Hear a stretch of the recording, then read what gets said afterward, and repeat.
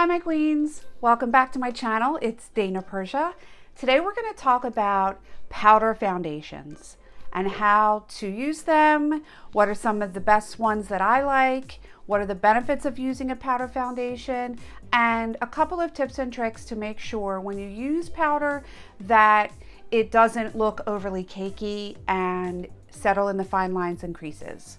One of my favorite all-time powder foundations that gives you amazing coverage is by IT Cosmetics. It's called Celebration Foundation, and it actually has a 50+ SPF, which is an added bonus because most of our sun damage that we get is just walking around every day. Not just sitting on the beach and baking yourself in the sun, you actually get it from just being in the car, walking around. So this powder has an SPF, and that's why I really love it.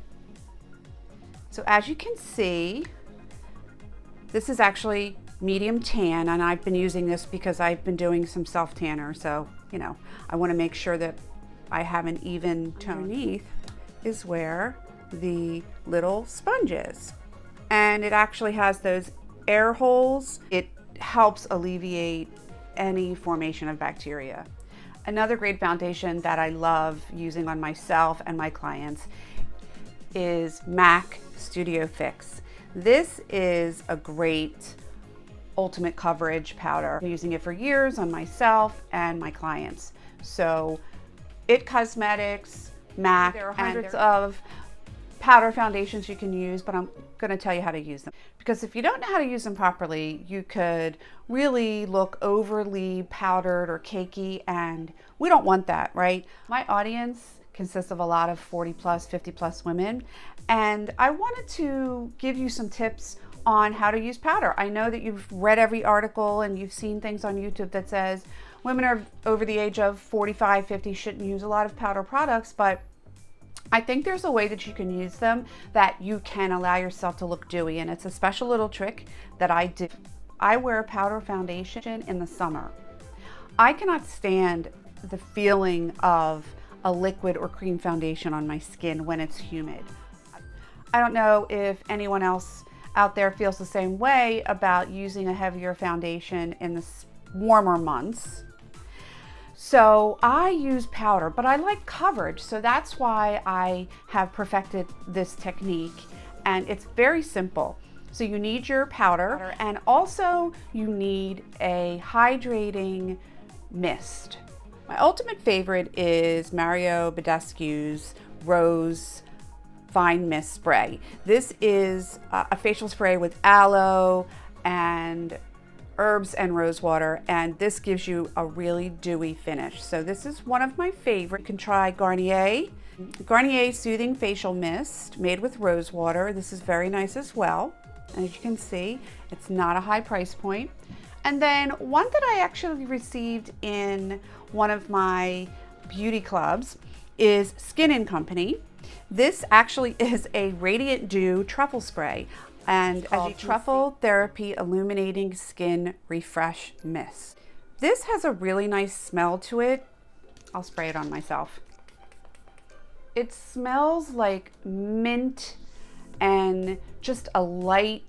Garnier is more of, you can never be too dewy, a light rose scent. So again, every time I recommend products to you, know that I can't recommend every product on the shelves out there, but I can recommend things that I use myself that are a range of prices. And like I said before, I use all my products first before I even recommend them to anyone. Now I have a full face of makeup on, and I'm just going to walk you through the steps of how to do your powder foundation. Okay, so I took my foundation off. I had some cream foundation on, concealer, I had blush, I had bronzer and highlighter, but I just wiped it off. I didn't wipe my eye makeup off. So you can kind of see I have some redness, I have some marks, a little bit of marks on my face. So I take a little concealer and my concealer brush, and I always start with coverage. So of course you want to do your under eyes first with your concealer. And I always do around my nose because I have broken capillaries. I have a little hyperpigmentation. I have moisturizer on my face, just want to let you know. So you want to make sure you have a moisturizer on before you do any kind of powder foundation. That step I didn't show you, but you should all be using a moisturizer. So this is my routine when it's hot and humid out. This is what I do. So I'm done painting my face. Okay, the next step is to get your fluffy brush. This one is by IT Cosmetics. It actually came with the powder. It's really neat because it has different levels of brush and it is really great for the foundation. Just swirl and tap, swirl and tap. That's all I do. You can see all the excess powder coming off, and I literally just in circles. Sorry for the crazy faces I make. We all make crazy faces, right, when we do our makeup. So what I love about this foundation is that the coverage is amazing. If you've ever seen the IT Cosmetics brand on QVC and they do the before and afters, they really do a great job. And I love this company. Move my bangs, go up here. Now again, my eyebrows and my eyeshadow and mascara would not be done at this point, but I just really want to show you the application of the powder and how beautiful. So you can see a little bit more on the bridge of my nose. I'm gonna look in my mirror so I can get a better, always blend at the neck. And this just gives you awesome coverage. It's natural and clean and it doesn't feel heavy.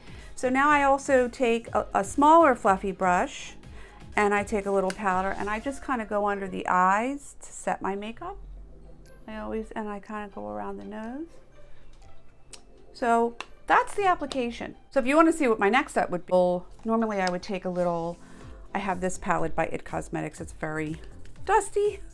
What I normally do with this is I take a little of the matte bronzer and I use this contour brush and I put it just kind of on the end. You don't need a lot. And this is the only place that I contour my face. Well, no, there's one or two other places I'll show you in a minute. So I put a little matte bronzer is good for this, not shimmer. And then because this is starting to come down, I put a little contour there. So the idea with real quick contouring and highlighting 101 is dark color allows everything to recede. So if you want lift, right, you want to use a darker color. If you don't want to see your jowls, a lot of times I'll put a little bronzer on my jowls. If you have a long bulbous nose, you can put a little of the bronzer on the end of the nose, and if you have a wide nose, you can put it on the sides of the nose. But I just use mine in the cheeks and underneath. At this point, I would use my blush. So I have an Anastasia blush palette that I love, and I love this shimmery pink in the center. I like to use a little brush. When you are over 40, over 50, everything is about lifting. So when I do my clients, that's what I tell them, and that's how I do the makeup. Everything is about lift, lift, lift, lift. Doing your blush over here will draw your face down, so you want to lift. Unless you're doing a little cream blush on the apples, that's fine, but you don't want to do a whole face of blush. So I put some up here. So that's concealer, powder foundation, a little bit of matte bronzer for my contour, and a little bit of pink blush. The last step for my face is always a highlighter, and I really love MAC's Oh Darling. It's kind of a bronzy highlight. It's not too pink and it's not too dark. And I use one of these fan brushes. If you never knew what these were for, you can use these for highlighter, and you just sweep your fan brush over the highlighter, tap, and then just bring it over your cheeks. And you get a really beautiful glow. This is my daily routine. pretty much. Unless I go out for the evening, I might do something else. Might do a winged liner. So as you can see, my skin hopefully looks glowing and fresh. Now, here's the last step. This is the main part of this video. If you forget everything else, powder is to be set with a dewy setting spray. What I normally do is I won't put my eyeliner or mascara on, anything that can sort of run, just because this can be a little dewy. And after I do all my dry products, including my eyeshadow, I will mist my face. And what that does is it sets the powder makeup, but it gives you a beautiful dewy glow. This is the trick, I'm telling you. I'm gonna do one more pass. This will make you look glowing, fresh, not overdone, not cakey, not dry. And the trick to powder foundation is to use some sort of a dewy setting spray or facial mist after. You can even, because this isn't really a setting spray per se, it's not really meant to set your makeup, you might want to use one more spray after if you're going all day and you really want your makeup to last. And there's a million setting sprays that you can use, but the trick is get yourself a dewy facial mist after you do all your powder products. If you're using a powder foundation like I am, you can get a really beautiful glow, and it does not feel like you have a lot on your face. Like I said before, sometimes a cream or a liquid foundation in the humid months, or for those of you ladies who live down south, it's always humid. My sister used to live in Nashville and I felt like it was just, you know, I was in a sauna 24/7. So try a powder foundation, you won't be sorry.